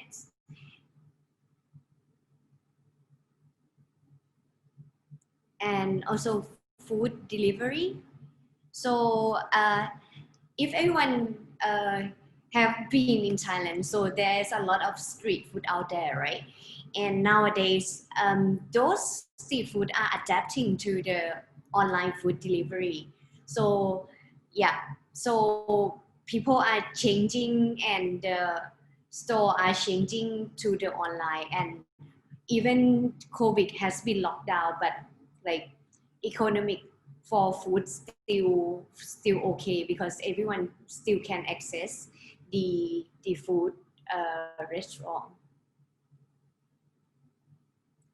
Also the very local and traditional ice cream riders on the street, so they adapt themselves to the online food delivery as well. Moreover, many businesses also turning their crisis into opportunities. Especially I found in the hotel business, as the Thailand is the tourist country, so there is a lot of hotel that has been shut down during the COVID-19, but they are adapting to the situation. So many local hotels, they adapt themselves to the quarantine state hotel, so they can still operate during the COVID outbreak. Not only the local hotel that they adapt to the COVID-19, but also the international chain as well, like Hilton's. Also, many brands also show out the empathies, giving free COVID-19 insurance or giving away food. So, so what could happen during after COVID-19? So I think two main issues that gonna be brought out significantly is the money and health. So people gonna be more careful about how they spend on the food, on the stuff before buying things. And another thing, people are changing their behaviors to be more healthy lifestyle more and more. So in Thailand now, people are very concerned on exercising and doing something healthy more than before a lot. Yeah. And in terms of the producer of the food and beverage, we also have to adapt ourselves to be more focused on nutrition, safety, and convenient usage for the consumer after this COVID-19. So in Thailand, now more and more company, food and beverage company, they try to add up immunity boosting functional in their food and beverage.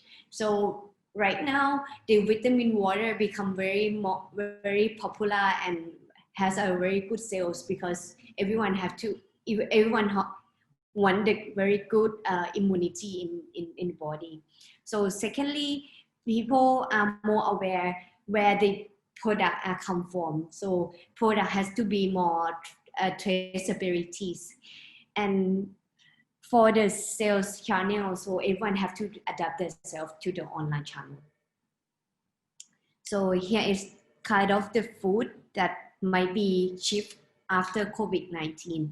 So people gonna have more and more vegetable and fruit and rice, or things that give a very good health benefit, and maybe purchasing less unhealthy food like the fast food or sweet things. Yeah.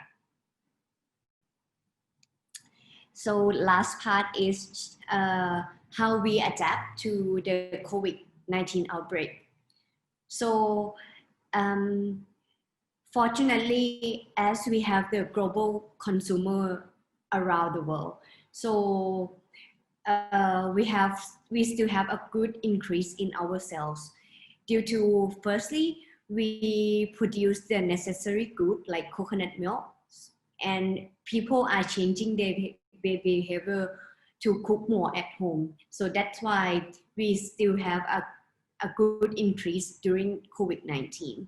However, we also facing some supply chain management during the COVID-19, during the initial state, because some countries are blocked for importing the goods.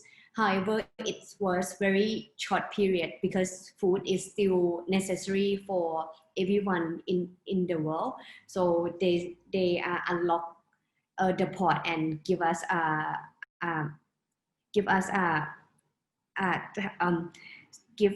give the shipment into the country. And what are changing a lot in our company now is the digital workplace. So I think we are transforming our company to be really digital company. So we use Zoom a lot in every meeting. So there are no more people are sitting together in a room, book a meeting room. So more and more they're adapting on using the digital in our workplace now. And lastly, for the R&D, so we also come up with the event to revise and update what we have to launching the product during the next post COVID-19 that change consumer behavior a lot. Yeah. So thank you very much. Thank you, Napason. Okay, we have now come to the Q&A session. Before we begin, for those who would like to receive the presentation decks, please take some time to scan the QR code on the screen right now to fill out a short survey. After you've completed the form, the presentation decks will be sent to you a few days later after editing. We will also be sending a post-event email with the event form link and contact details of the speakers to participants after the webinar. Let us welcome back our 4 speakers. John will be the moderator for the Q&A session as well. If you have any queries, please feel free to type them into the Q&A box at the bottom of the screen. So due to time constraints, we may not be able to answer all questions. Thus, we seek your kind understanding that should your question not be answered during this session, your inquiries will be forwarded to the speakers accordingly. I will now pass the time to John to start the Q&A session. Over to you, John. Thank you, Carrie. And I just want to thank all 3 of our panelists, Barnabas, Kumponlap, and Kunapatorn. You guys really presented a nice broad range of what's happening in Thailand for foreign investors, from the economic side to how the BOI can assist, and down to what's driving the consumers. And Kunapatorn, you said this was your first time doing one of these. You did a fantastic job. So I think you'll be a star in many more of these going forward. So we don't have a lot of time. There were a few questions that came up in the Q&A, and Kumponlap has already answered those online, which is fantastic. So I thought that I would start with a couple of questions. And you know, a lot of the businesses that we're seeing are focused on how to utilize e-commerce and sell their products, technologies, goods into Thailand with e-commerce platform. And so, Panlop, I'd like to start with you and just say, you know, in regards to the e-commerce sector, the infrastructure and support that's here, logistics, manpower, the legal framework, how easy is it for foreign companies from Singapore to be able to expand their products and services using an e-commerce base in Thailand?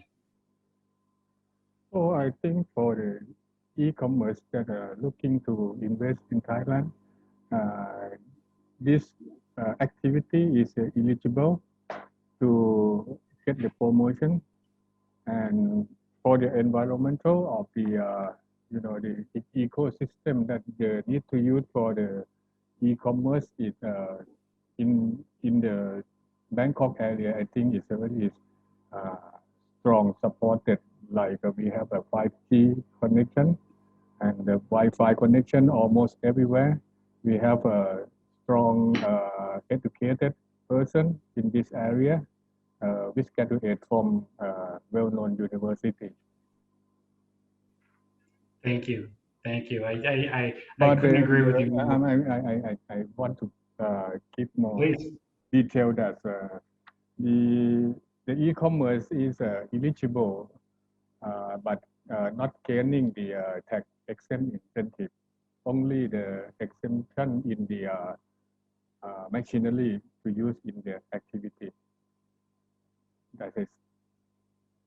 Thank you. Thank you. So again, I think that's a great example of where BOI promotion and privilege can assist Singapore investors to be able to come in, establish their business, and be successful here, whether it's through the traditional bricks and mortar sales or on an e-commerce platform. So thank you.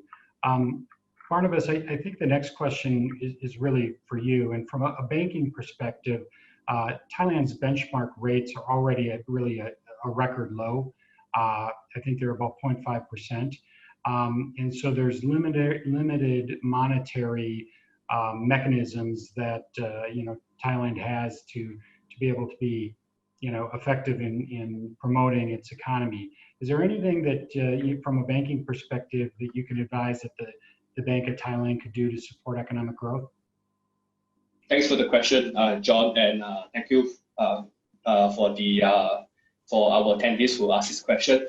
Well, I wouldn't say that I know what policymakers would definitely do, but at least from the lens of the Bank of Thailand, they have actually mentioned that they are exploring some of an unorthodox tool, which is something called the yield curve control, or the YCC.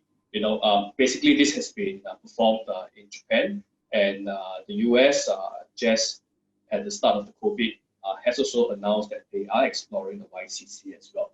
Basically, it's a tool, you know, that the Bank of Thailand could actually inject to try to pressure the bond yields lower, you know, and to make sure that the curve, you know, the bond yield curve is more so accommodative to growth. You know, so how does it go about really is simply on the use of the open market operations, whereby the Bank of Thailand could actually buy or sell bonds just to control the government bond yields, and that could actually push yields down to a certain level to allow a more accommodative interest rate environment for both consumers and investors. You know, so as I've put it during the presentation, currently it's at 0.5% for the benchmark rate. I think the monetary policy space has been very limited. Another 25 basis points. Whoever have observed that, kudos to you. You know, and I think another 25 basis points cut will likely be seen before the end of the year is up. But if this is not sufficient, I would do say that a YCC or the yield curve control could be something that the Bank of Thailand could be exploring. Barnabas, thank you. I could not. John, you are muted, I think. Oh, am I? No, I don't think so. Can you guys hear me? Yes. Yep, all good. Okay, so Kunabatorn, you really told a fantastic story of sort of the evolution of what's happening in the food segment, which of course your business is in during COVID, and people eating healthier. And I personally, I think I would agree with that. I probably ate healthier during the shutdown, other than maybe too many pizzas. But other than that, we ate very healthy. How about consumer behavior? You know, what do you see Thais buying or looking at buying or demand for outside of the food sector? You know, because we have a wide variety of Singapore companies on. So outside the food sector. Outside of food sector, yeah. Do you? I mean, now I know you're in the food sector, but you're also in the consumer space, and maybe you could comment on where you see demand of other types of products. So I think health products gonna be more and more, like fitness things, and also sport club, and also like private exercise classes. So people don't want to be crowded in the fitness class. So somehow the private fitness class gonna be more and more. And also about health and wellness. So I saw many new, how to say, like private analysis on vitamin in your body. So some kind of that gonna be more interest during the COVID-19, post-COVID-19. Yeah. Great, thanks. I mean, a healthier consumer base is only going to result in consumers driving economic growth, so that's a good thing. I'm checking here. We had a couple of questions come in while we were talking, so we're getting close to the end of time. But there was a question, Napatorn, for you. Does Thai Coconut have an online store where people can order products if they're in Singapore, and are you exporting to Singapore? Yeah, so currently we do export to Singapore, and we do have the online store in Shopee, Lazada. However, like if you all want to buy the bulky pack, so it's better communicate to us by email, and then we can get in touch with you.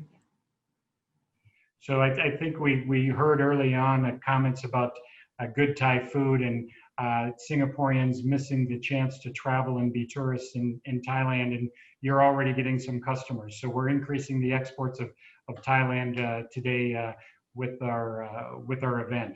I think there's a couple more questions, and this one I think is really for both Barnabas and Panlap, and I will maybe comment on it. There was a question regarding sort of the ongoing U.S.-Chinese trade tensions, and you know, do you think that will continue to see an increase of companies, you know, looking at Thailand as an investment destination? And so maybe you could, you know, maybe Barnabas, you have clients that are looking, and Kumpunlap, of course, the BOI is assisting companies that could be coming from China. So maybe if you could comment on that. Yes, like I have presented to you that the Chinese player, Chinese investor is coming to be the #1 player for the first 5 months. And if the trade war is still coming, I think the incoming from the China would be keep going. And this is a good chance for the supplier, not only that they take from their country, but also for the Singaporean who make the part for those incoming investment in Thailand from China. And one advantage for the Singaporean is that if you come up to invest in Thailand, you have an advantage of the communication language to the Chinese, because you speak the same language. I think you get a very good chance to contact to them than any other country company. Thank you. Thank you, Kumpanlap. Barnabas, from a banking perspective, would you like to comment on that at all? And what you see your clients doing, or no comments? I think you're muted. Well, thanks for the question, John, and the attendee will ask the question again. I think one key risk really from the global economic landscape, and I think this is a crucial truth that everyone needs to know, really is that in the absence of COVID-19, the global economy has been facing a slowdown. And really, if we just step back, and look at, say, in November, October 2019, just imagine where you guys are then in October 2019. I think the key concern back then was the US-China trade tensions. And I would dare say that this risk is not off the table. More importantly, it has been superseded by COVID, but nevertheless, it's still here, and when COVID-19 ends, hopefully it ends, and really beyond COVID-19, I think the global economy will still have to contend with potential geopolitical tensions, really between US and China. And I think the key question is somewhere in November, whereby the presidential elections, the US presidential elections is going to be held, and I think that would be a key factor to look at to see if the US-China trade tensions may continue, and the stance by any new leadership that may be in power then. Thank you, Barnabas. I think we'll wrap up with a final question, and I'm going to ask the same question to each of our participants. And the question is, and I'll start, Napatsorn, with you. If you could tell the Singaporean companies, what is the number one reason that they should look at investing and doing business in Thailand from your perspective?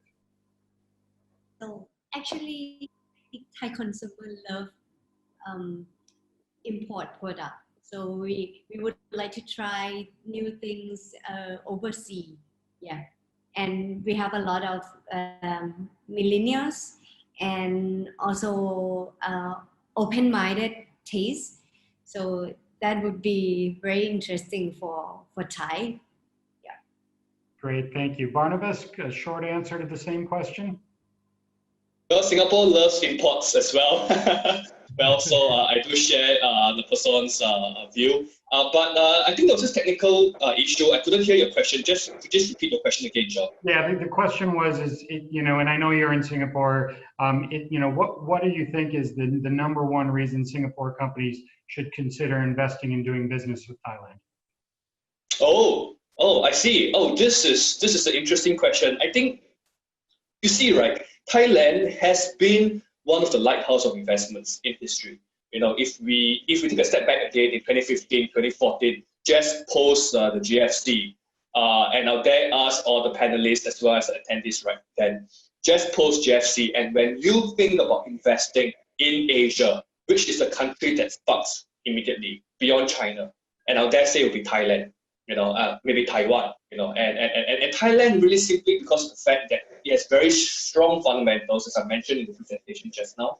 It has very, very strong current account surplus. It has huge and ample foreign reserves. And as an economy, yes, learn valuable lessons from the Asian financial crisis. If we just remember during the AFC back in 1997 and 1998, a huge bulk of it originated from Thailand itself. And the issue is this: when it comes to investing, investors are smart. They look at the real interest rates, they look at the yields, chasing yields, as well as good fundamentals. And I believe that post-COVID-19, Thailand has part of this, and this is something that I believe that investors are looking at very closely. And Kumpanlap, same question to you. You're of course a representative, but please. I have really many reasons to invest in Thailand. Okay, let me go more than one. Sure, please. Okay, Thailand is the ease of doing business country. Secondly, the BOI promoted company will get the tax exemption. Thirdly, the price of land now is not going up and also going down lately because of the crisis. So it's time to looking to invest in Thailand.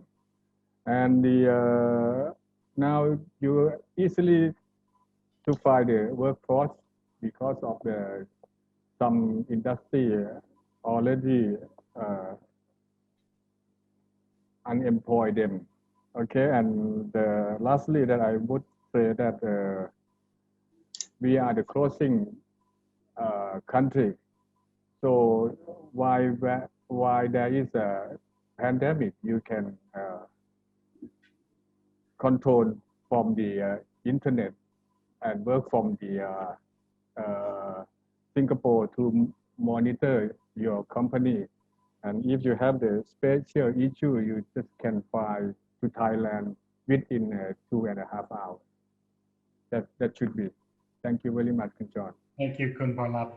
I'm gonna finalize our session today and just summarize the things I just heard on why Singapore companies should be looking at investing and doing business in Thailand. First of all, strong consumer demand. Kun Pornlap very clearly said that. Barnabas, you talked about strong fundamentals, and then Kun Pornlap, you talked about a number of factors that are particularly even more attractive because COVID. And I think the impacts that COVID has had, I think that goes back to something Barnabas said earlier about Thailand being resilient and being a Teflon economy. If you look, whether it was 2008, whether it was 2011, 2013, all the sort of crises that Thailand has been hit with economically, it bounces back because of those strong fundamentals, because of the consumer demand, and also because of the strong role that the technocrats like yourself and the Board of Investment play in guiding the economy. So I think you've summed it up really well, that Thailand is a great place for Singapore companies. I know that all of us are willing and able to respond to additional questions that the companies that are participating today have. And we welcome all of the participants to Thailand. And to the Singapore Chinese Chamber of Industry and Commerce, thank you very much today for the event. Thank you very much. ขอบคุณครับ Thank you very much, John and the panelists, for the engaging and informative session. Thank you everyone for your participation. And once again, a big thank you to John, Barnabas, Mr. Pornlap, and Napasong for the time and valuable sharing today. We hope that you have benefited a lot from the webinar. Also, please let us know your comments on the webinar through the feedback survey. You can scan the QR code on the screen now or follow the redirect link after you have closed the session. Okay, now we have come to the end of the Thriving in the Mixed Future of ASEAN webinars. Thank you everyone for the support and participation. We look forward to seeing you at our future events. In the meantime, stay safe and healthy. Have a fantastic weekend. Thank you everyone. Thank you. Thank you very much, everyone. Thank you.